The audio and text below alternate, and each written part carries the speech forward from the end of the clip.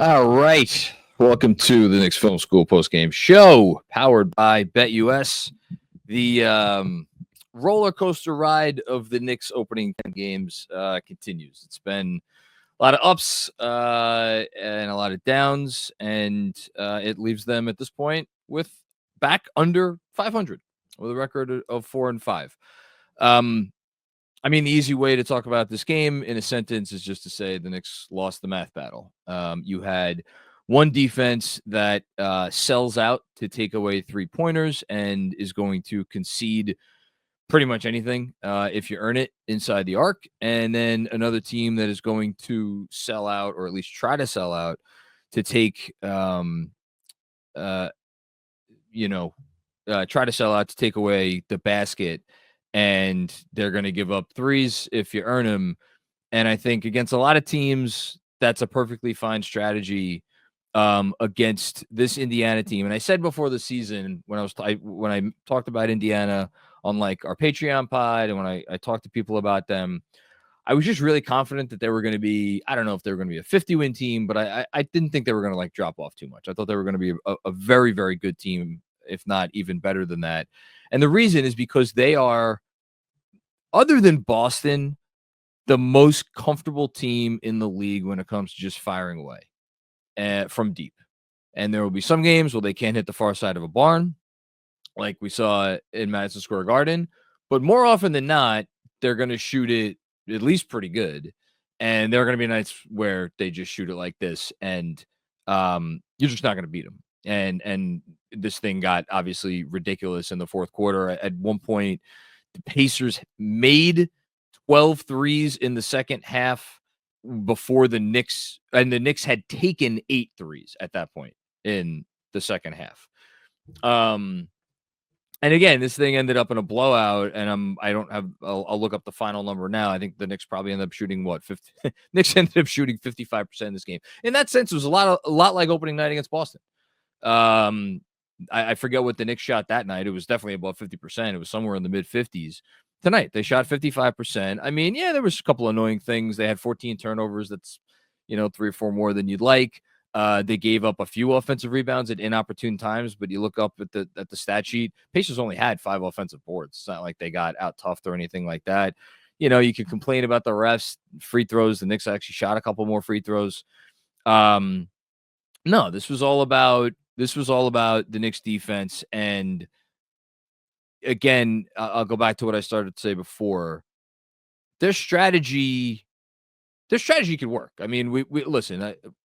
This has been a conversation point, a talking point off and on for over 4 years now, since Tom Thibodeau took the job.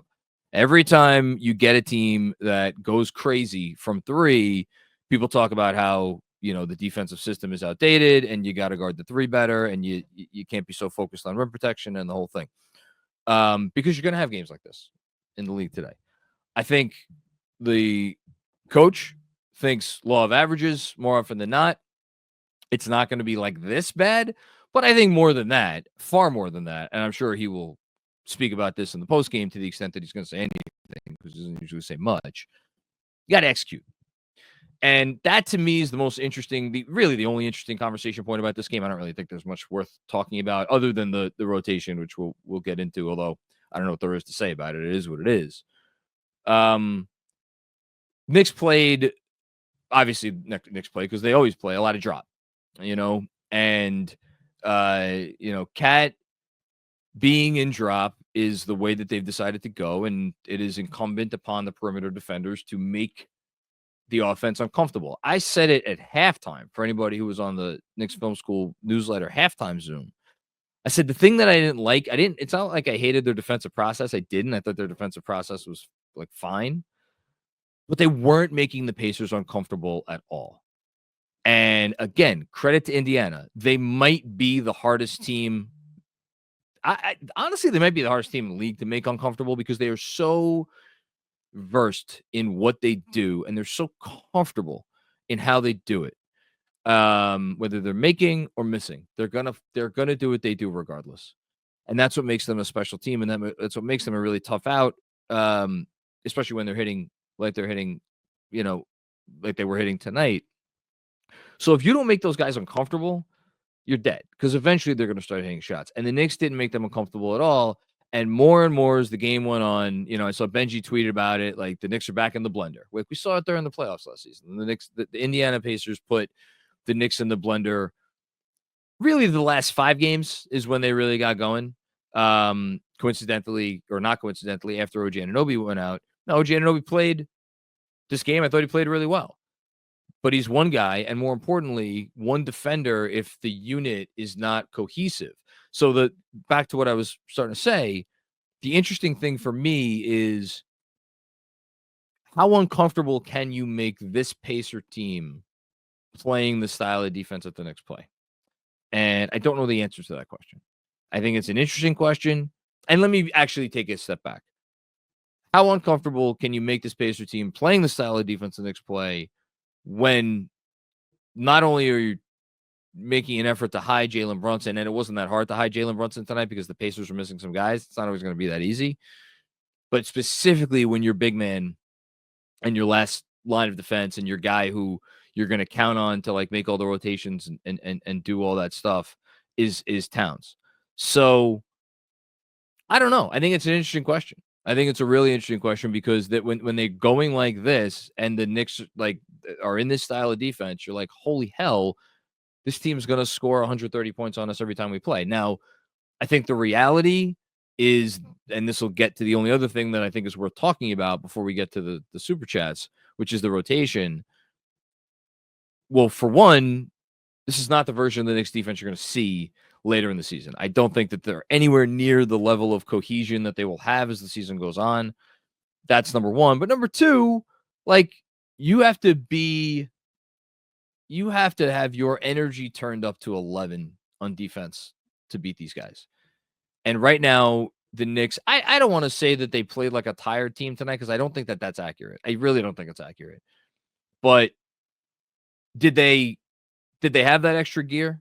No, I don't think they had that extra gear. And I think that's probably, to answer my own question from before, I think that's the only way that you're going to make these Pacers uncomfortable.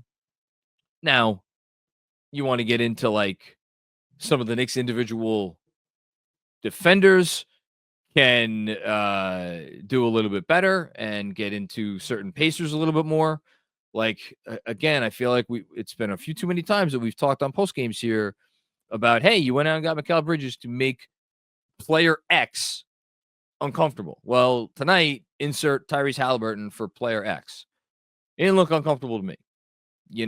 Not putting this on Mikal Bridges. You cannot stop this Pacers defense with one guy, but everybody's important and everybody playing their role is important. So I think there's a lot of blame to spread around. At the end of the day, you lost to a team that was unconscious from deep from three, especially after the second half. I mean, the Pacers shot 46% from deep in this game, 21 of 46. It's like, yeah. I'm just looking on Twitter here. DJ with a really good tweet. Advantage creation has not come easy to this team. If you are not producing advantages, you are not producing threes. Yep. I mean, he's dead right. So, and again, it's what's tough when you're playing, and I'm curious to talk to DJ about this. What's tough to me is if you're playing a defense that is so willing to concede shots inside the arc against not great defenders. And look, even then, who was really getting it? Was really just Brunson. And like, thank God for OG Anunoby because he was having a great game too. This is one of those games where the Knicks offense, for as well as they shot, it's like you could point to things and you're like, all right, if the formula for this team is having elite offense, well, you're not creating advantages. And there's no threes. You're not creating threes because you're not creating advantages, to parrot off of what DJ said. So more work to do. The learning process continues. I'm gonna be the broken record again.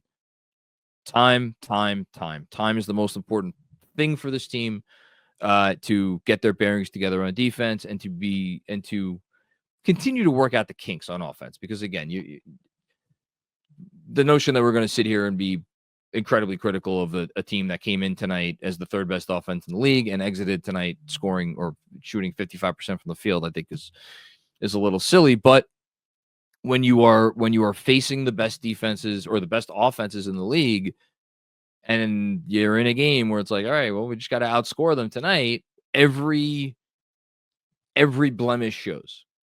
Every blemish shows. As far as the rotation, Tyler Kolek played 2 minutes in the first half. Didn't see that he did anything particularly egregious. I think he's a rookie, and he's a small rookie, and asking a small rookie to go and defend this Pacers offense is a lot. And Tibbs isn't going to play anybody who doesn't trust on defense. We know this. We knew this 4 years ago. Same. It's just as true today as it was then. And without Cameron Payne, without Precious Chua, without Mitchell Robinson, without Landry Shamet, that's 1, 2, 3, 4 guys. 4 guys who, at the very least, we know Thibodeau trusts those guys on defense. He does not trust Tyler Kolek yet. And Jericho Sims played a little bit in the second half, but like they essentially played like a 6.25 man rotation in the second half of this game. And really, it was like a 7-ish man rotation for the game as a whole. I have nothing to say to people who want to yell and scream about this. If you want to go crazy, have at it. You know, the floor is yours. It's fine. I will again say my one thing that I've been saying a couple times, which is that they do have the in-season tournament break, so to speak, coming up, where over a 10-day stretch or 9-day stretch, whatever it is, they'll play 2 games unless they make it to the finals, which we'll see. And so there's like a little bit of a built-in rest there. You factor that with getting a couple of their hurt guys back. You know, hopefully this is the most minutes that these guys have to play all year. Hopefully. Will that be the case? I don't know. But if you think Tom Thibodeau's crazy for essentially playing 6.5 guys, 3 weeks into the regular season, I'm not going to. What do you want me to say? It's a lot of minutes. So that's really it. I don't like. I wish I had like more cogent, thoughtful analysis for this game. The work in progress that is the 2024-25 Knicks continues. Oh, I should actually highlight the autograph signature moment of the game. As I said already this year, the autograph signature moment of the game is not always going to be a positive moment. And I thought I'll give it for this game.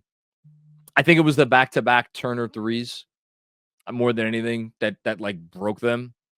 And I think it was also symbolic of the fact that just like, yeah, the Knicks have this incredible weapon, this incredible guy in Karl-Anthony Towns, that can like, he's obviously shooting whatever the hell he's shooting from 3.